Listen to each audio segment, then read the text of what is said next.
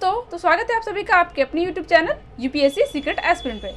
तो दोस्तों प्लीज़ मेरे चैनल को लाइक एंड सब्सक्राइब जरूर कर दे दोस्तों, क्योंकि इससे मुझे बहुत ज़्यादा मोटिवेशन मिलता है। आप देख ही रहे हैं कि अब एग्ज़ाम कितना ज़्यादा नज़दीक आ चुका है और ये जो टाइमिंग है ये हर किसी के लिए कीमती है दोस्तों, हर किसी के लिए, और मेरे लिए भी बहुत कीमती है। तो मैं अगर टाइम निकाल कर इतना कर रही हूँ तो फिर आपका भी एक नैतिक जिम्मेदारी बनती है कि आपको भी मेरा वीडियो ज़रूर से ज़रूर लाइक एंड सब्सक्राइब करना चाहिए। एंड जो आपके जितने भी दोस्त हैं जो इस एग्ज़ाम की प्रिपरेशन कर रहे हैं उनको भी शेयर करें, क्या पता उनको भी थोड़ी बहुत हेल्प हो जाए दोस्तों। इसीलिए तो वीडियो बनाते हैं ताकि बच्चों की हेल्प हो, वरना इसमें हमारा कोई प्रॉफिट तो है नहीं, कोई कुछ पर्सनल प्रॉफिट तो होता नहीं है। तो दोस्तों आज जो हम बात करने वाले हैं वो है हिस्ट्री बुक्स के बारे में बात करें कि किस तरह से पढ़ना चाहिए। तो दोस्तों पहले वो बात करते हैं कि कायदे से क्या पढ़ना चाहिए, जिसका मतलब कि टॉपर्स भी कहते हैं, और बिगनर्स बच्चों को किस तरह पढ़ना चाहिए। और दूसरा वो बातें करेंगे जो एडवांस बच्चे को कैसा पढ़ना चाहिए, या तो फिर मतलब एडवांस का मतलब है जिसने अटैम्प्ट दे दिया और फिर भी नहीं बन पाया, या फिर उनको याद नहीं रहता है, या फिर कुछ और बात है तो उसके लिए बाद में बात करेंगे, या जिसके पास टाइम कम है उसकी बात बाद में करेंगे। पहले हम बात करते हैं कि कायदे से रियलिटी में क्या पढ़ना चाहिए। तो दोस्तों अगर कायदे से बोला जाए तो हम लोग को क्या पढ़ना चाहिए, सबसे पहले तो सिर्फ मैं हिस्ट्री की बात कर रही हूँ, हिस्ट्री की में तैयारी में क्या पढ़ना चाहिए।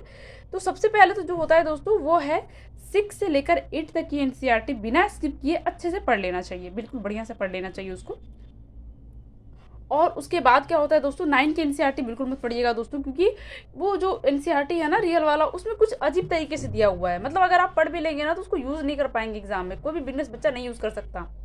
बहुत ही अजीब तरीके से दिया है, इंपॉर्टेंट चीज़ें तो है उसमें लेकिन बहुत ही अजीब तरीके से दिया हुआ है। तो दोस्तों 9 वाली एनसीईआरटी आपको छोड़ देनी है, नहीं पढ़ना है। यदि आप यूपीएससी या बीपीएससी दोनों की तैयारी कर रहे हैं, या फिर मतलब स्टेट पीसीएस कोई भी एग्जाम की तैयारी कर रहे हैं, उसकी छोड़ देना है।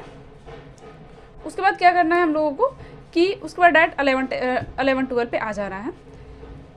तो दोस्तों 11 में क्या क्या एनसीईआरटी होती है, तो 11 का सबसे पहले तो ये है रामचरण शर्मा, जो काफ़ी फेमस है, इसका नाम तो हर कोई लेता है, सारे टॉपर्स भी बोलेंगे, सारे टीचर्स भी बोलेंगे, और अगर आप किसी कोचिंग्स वगैरह में पढ़ रहे हैं तो भी वहाँ पे इसका नाम लिया जाता है। दोस्तों ये दोनों किताब एक ही है, ये भी RS शर्मा ही है और ये भी RS शर्मा ही है, थोड़ा दूसरा पब्लिकेशन का है, दूसरा पब्लिकेशन का है।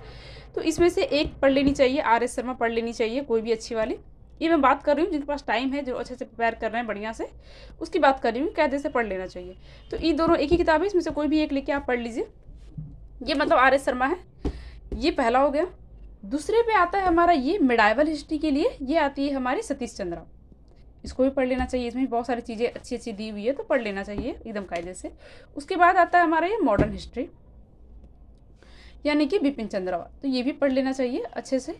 और दोस्तों एक और किताब आती है हिस्ट्री की जिसका नाम आपने हर किसी से सुना होगा, और वो किताब है हमारा स्पेक्ट्रम, तो ये भी बहुत ही अच्छे से पढ़ना चाहिए दोस्तों।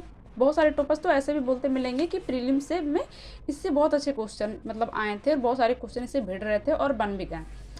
और इतना ज़्यादा स्पेक्ट्रम का वेटेज है दोस्तों कि मैं एक बार मतलब किसी कोचिंग में गई थी, तो मैं वहाँ ऑफिस में बैठी हुई थी, जितने भी बच्चे मतलब आ रहे थे स्टूडेंट्स वगैरह, और उन लोग मतलब मेंस लिख के आए थे बीपीएससी का, तो जो टीचर थे वो सबसे बस एक ही बात पूछ रहे थे, वो पूछ रहे थे कि आपने स्पेक्ट्रम पढ़ी। तो जिन्होंने कहा कि हाँ सर पढ़ी, तो बोला ऑल द बेस्ट, और जिन्होंने कहा कि नहीं पढ़ी तो फिर सर ने कहा कि ठीक है तो तुम जाओ वापस से मेंस की ही तैयारी करो।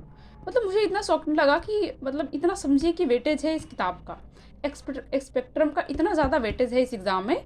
क्यों, तब इसका मतलब तो यही होता है ना कि बहुत ज़्यादा एग्जाम में क्वेश्चन इससे फंसते होंगे और बनते भी होंगे, तभी तो टीचर्स का नाम ले रहे हैं। तो स्पेक्ट्रम तो पढ़ना ही पढ़ना चाहिए, बिल्कुल ज़रूर है एकदम। तो मैंने आपको यहाँ पे तीनों बता दिया। और दोस्तों अब बात रही कि 2024 प्रीलिम्स के लिए क्या करें, क्योंकि अब ये इतना सारा किताब तो बहुत ज़्यादा हो जाता है ना, ये किताब तो बहुत ज़्यादा हो जाता है, 4 किताबें, और स्पेक्ट्रम आप देख रहे हैं कितनी मोटी किताब है, अच्छी खासी मोटी किताब है। और इन किताबों में कहानियाँ भी बहुत ज़्यादा लिखी हुई है, ऐसा नहीं है कि आप एक बार पढ़ेंगे और समझ जाएंगे, ऐसा तो है नहीं। कम से कम 2 रीडिंग, और यदि अगर आप पहली बार में ही नोट्स बना रहे हैं तो हो सकता है शायद हो भी जाए, थोड़ा सा दिक्कत होता है नोट्स बनाने में, लेकिन शायद हो भी जाए। लेकिन दोस्तों समय अब काफ़ी कम बचा है, तो अब अगर जिसको प्रीलिम्स 2024 देना है तो मैं उसके लिए यही सजेस्ट करूँगी कि दोस्तों अब तो टाइम बहुत कम बचा है, एक एक सब्जेक्ट को आप इतना ज़्यादा टाइम अब नहीं दे सकते हैं। तो क्या करिए कि आप 6 से लेकर 8 तक की एनसीईआरटी कहीं से भी यूट्यूब से आप देख लीजिए, उसको भी खुद से मत पढ़िए, वरना खुद से पढ़ेंगे तो बहुत ज़्यादा टाइम आपको लग जाएगा। 6 से लेकर 8 तक की एनसीईआरटी आप अच्छे से यूट्यूब से कहीं देख लीजिए। और कुछ कुछ चीज़ें ऐसी हैं जो मतलब याद रहनी चाहिए, कुछ चीज़ें ऐसी हैं जैसे कि मोहनजोदड़ो में क्या मिला था, कालीबंगा में क्या मिला था, तो ये सब चीज़ें इंपॉर्टेंट है, तो आप उसको थोड़ा सा नोट डाउन भी कर लीजिएगा ताकि आपको बाद में लास्ट में याद रहे। और वो सारी चीज़ें तो उसके लिए एनसीईआरटी ही सबसे ज़्यादा ऑथेंटिक सोर्स है। और उसके बाद 6 से लेकर 8 तक मैंने बोला। और उसके बाद आप क्या करिए कि डायरेक्ट इस किताब को परचेस कर लीजिए। अगर आपके पास वो सारी किताब नहीं है तो आप डायरेक्ट इस किताब को परचेस करिए दोस्तों। ये क्विक बुक है और इसमें बहुत ही सिंपल भाषा में हर चीज़ दिया हुआ है। और मैं तो कहूँगी कि ये माइंड मैप के लिए भी होता है ना, मतलब कि सीरियल वाइज जिसे दिमाग में ठीक से आपको याद रहे, क्योंकि सिर्फ पढ़ना ज़रूरी नहीं है बल्कि आप कितना उसको एग्ज़ाम में इम्प्लीमेंट कर पा रहे हैं, कितना मतलब वो याद रख पा रहे हैं। और वो याद तभी रहेगा जब आप एक माइंड मैप की तरह से पढ़ेंगे। तो ये किताब उसके लिए बहुत अच्छी है, बहुत सिंपल भाषा में भी है और सारी चीज़ें मतलब इसमें कवर कर दी गई है। यहाँ तक इसमें क्वेश्चन आंसर भी कवर कर दिया गया है। अगर आप पढ़ लेते हैं तो ठीक है, क्वेश्चन आंसर्स भी है जिससे कि आपकी प्रैक्टिस भी हो जाती है। तो मुझे ये किताब पर्सनली बहुत अच्छी लगी। अगर आपके पास वो सारी किताबें नहीं हैं तो आप क्या कर लीजिए, सब ये किताबें पढ़ लीजिए ओनली। एक ये 6 से एनसीईआरटी और एनसीईआरटी के बाद ये किताब, और बहुत ज़्यादा थी नहीं है दोस्तों, काफ़ी बड़े बड़े शब्दों में देखिए, आप देख सकते हैं। अच्छा है, ये नहीं है, देखिए कितने बड़े बड़े वर्ड्स में लिखा है। और यही आप स्पेक्ट्रम देखिए कितने छोटे छोटे वर्ड्स में लिखा है। तो इस हिसाब से तो किताब काफ़ी अच्छी है। और पेजेस तो है लेकिन फिर भी अगर आप पढ़ लोगे तो बहुत अच्छा है। और बहुत ज़्यादा कहानी वहानी नहीं है उसमें, जैसे आर एस शर्मा वगैरह में दी हुई है उस तरह से कहानी नहीं है। एकदम पॉइंट में दिया हुआ है और एकदम अच्छे से दिया हुआ है। थोड़ा बहुत है इधर उधर की बातें भी, क्योंकि बच्चे का माइंड मैप भी तो बनना ज़रूरी है ना, तो उसके लिए थोड़ा सा बढ़ा चढ़ा के दिया है वर्ड्स को, मतलब जहाँ पे थोड़े कम वर्ड्स में भी काम चल सकता था लेकिन थोड़े मतलब वहाँ पे बढ़े हुए हैं।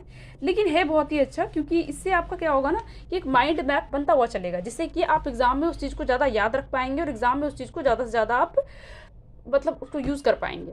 तो क्या करिए, अगर आपके पास वो सारा नहीं है तो आप ये किताब खरीद लीजिए और एक ये वाला और एक स्पेक्ट्रम पढ़ लीजिए, अगर टाइम आपके पास कम है तो। अब 2024 में तो टाइम तो ज़्यादा है नहीं, तो आप बस ये दोनों पढ़ लीजिए, आपका काम चल जाएगा।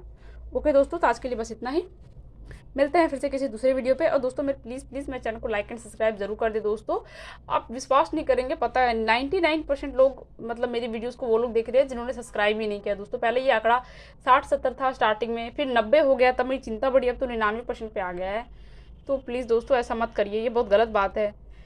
अब जब आप वीडियो देखते ही हैं तो फिर सब्सक्राइब करने में क्या है, आपको सब्सक्राइब भी करना चाहिए जिससे मुझे मोटिवेशन मिले दोस्तों। और मेरी वीडियोस मैंने देखा टूनेट भी आता है ना कि कितने सारे लोगों ने आपको सर्च किया है, तो वो बहुत सारा रहता है। तो सर्च तो करेंगे ही ना, जब उन्हें सब्सक्राइब नहीं करेंगे तो सर्च ही करना पड़ेगा ना मेरा नाम। तो उससे क्या फ़ायदा दोस्तों, इससे अच्छा सब्सक्राइब कर लीजिए, नोटिफिकेशन भी आपको आ जाएंगे और उससे मुझे मोटिवेशन मिलेगा, तो मैं और भी अच्छी अच्छी वीडियो ला सकूँगी। तो प्लीज़ दोस्तों सब्सक्राइब ज़रूर करें, लाइक भी ज़रूर करें। तो चलिए आज के लिए बस इतना ही। Thank you.